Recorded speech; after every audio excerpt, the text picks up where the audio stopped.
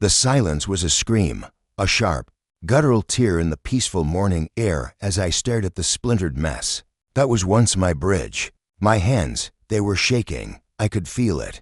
A tremor starting deep in my chest and rattling its way to my fingertips. "Oh my God," I breathed, the words lost in a strangled gasp.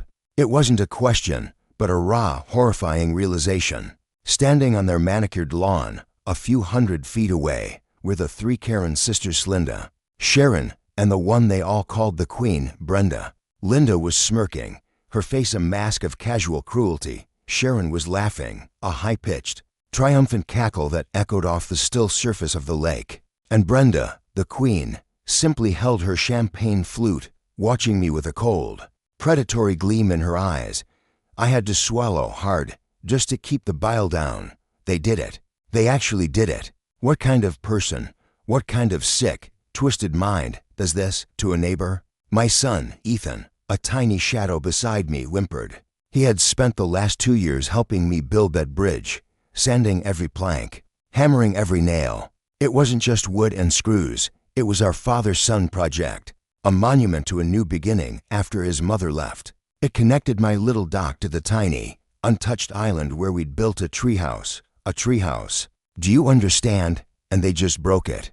In the dead of night, they had used a chainsaw and a boat to sever it from the dock, letting the currents pull the pieces apart like a torn-up photograph. The silence screamed again, but this time it was my own fury, a quiet, burning rage that felt hotter than 1,000 suns. They thought they'd won. They thought they'd taught the low-income interloper a lesson for daring to have a lakefront property in their exclusive little kingdom. But they didn't know the first thing about me. Later that afternoon, after the police report was filed and the insurance claim begun, I was sitting on my dock, staring at the empty space. My phone buzzed. It was a text from Brenda. "Such a shame about your little bridge. Maybe next time you'll consult with the HOA before building a structure that obstructs our lake view."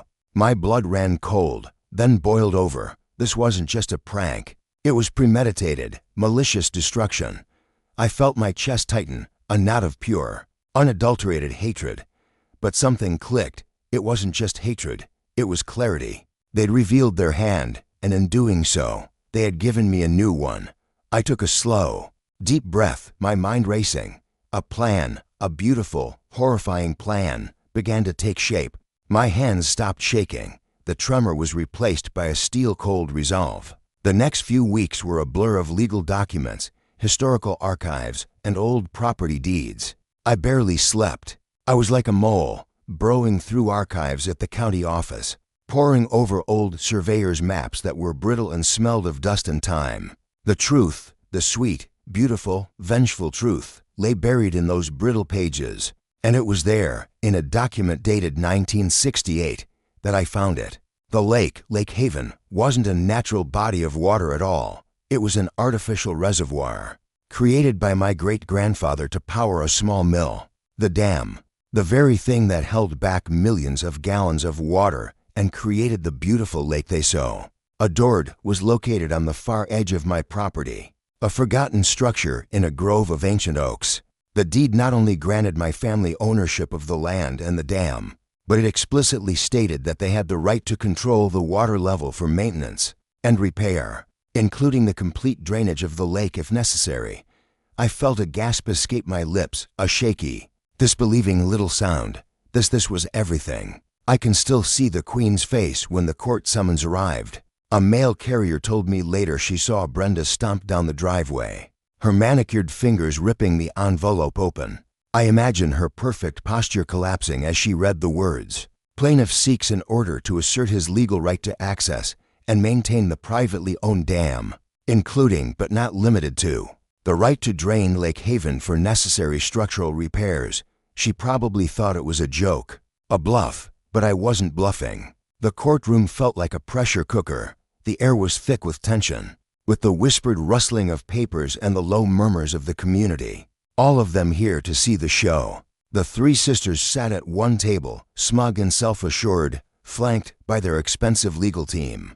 Linda kept shooting me condescending glares, and Sharon was filing her nails, bored. But Brenda was a statue, her face perfectly composed, but her eyes, they darted back and forth, searching for something. A sign that this was all a terrible misunderstanding. My lawyer was a quiet, unassuming man, a public defender I'd met years ago. He was the only one who believed me, the only one who saw the logic, the poetic justice. My lawyer stood up, calmly presenting the historical documents, the original deed, the old surveyor's map.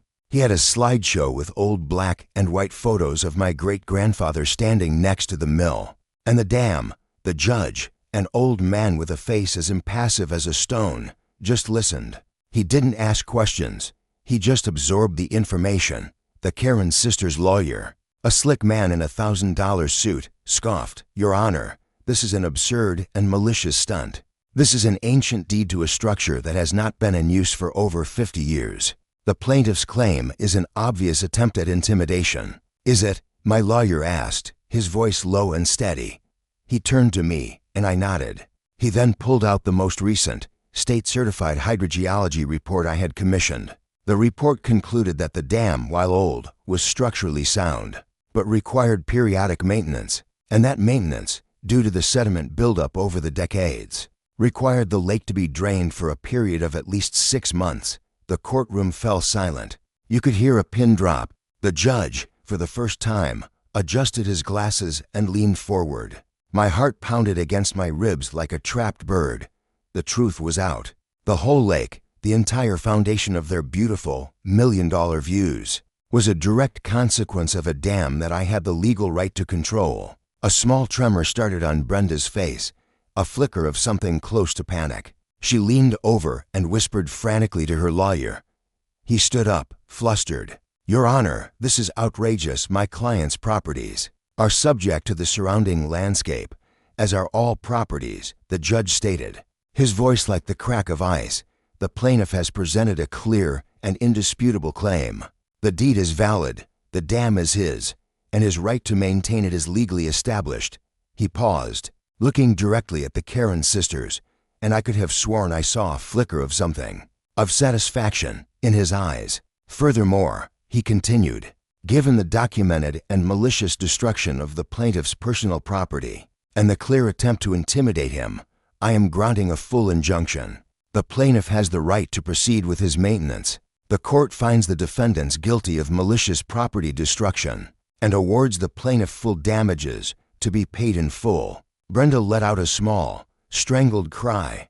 Her face, which had been so perfectly composed, finally, irrevocably, shattered. It crumbled, the facade of control and superiority gone in an instant. Her jaw went slack, her eyes wide and blank.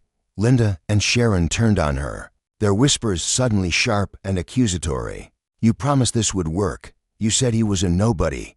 I watched, a quiet observer, as the cracks in their foundation became a chasm. The sisterhood, built on a foundation of entitlement and privilege, was collapsing. And then the judge delivered the final, crushing blow. And as the plaintiff's bridge was destroyed, I find it only fitting that the court awards him ownership of the dam itself, to secure its future and the peace of this community. I couldn't believe it. I felt lightheaded. It wasn't just a legal victory, it was a moral one. It was the dam, not just the water. It was the future of the entire lake in my hands.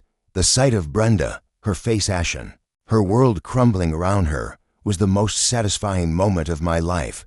She just fell. She dropped her head, her shoulders shaking with silent sobs. The queen had lost her kingdom. A few months later, the lake was a ghost of its former self, a vast, muddy expanse, with the foundations of the Karen sisters' homes now exposed on a barren, ugly landscape. Their properties, once worth a fortune, were now worthless, a monument to their own greed and hubris. I, on the other hand, had the court's permission and funds to rebuild my bridge and, eventually, refill the lake. The whole community had seen what happened, and they came out in droves to help. Neighbors I'd never spoken to before brought out their tools, offering to help with the new dam structure and a new, even stronger bridge. A twist of fate, isn't it? The very act of destruction became the catalyst for connection and community. What was meant to break me built me stronger than ever. The lake will be refilled, and a new community will emerge from the old one. One built on a foundation of respect, not arrogance. I often sit on my new bridge, watching the water slowly return. It's a peaceful, quiet, reflective feeling.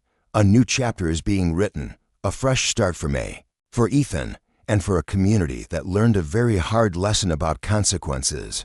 But it makes me wonder, what do you think? Was my response just a form of Karen behavior in return? Or was it a righteous act of justice?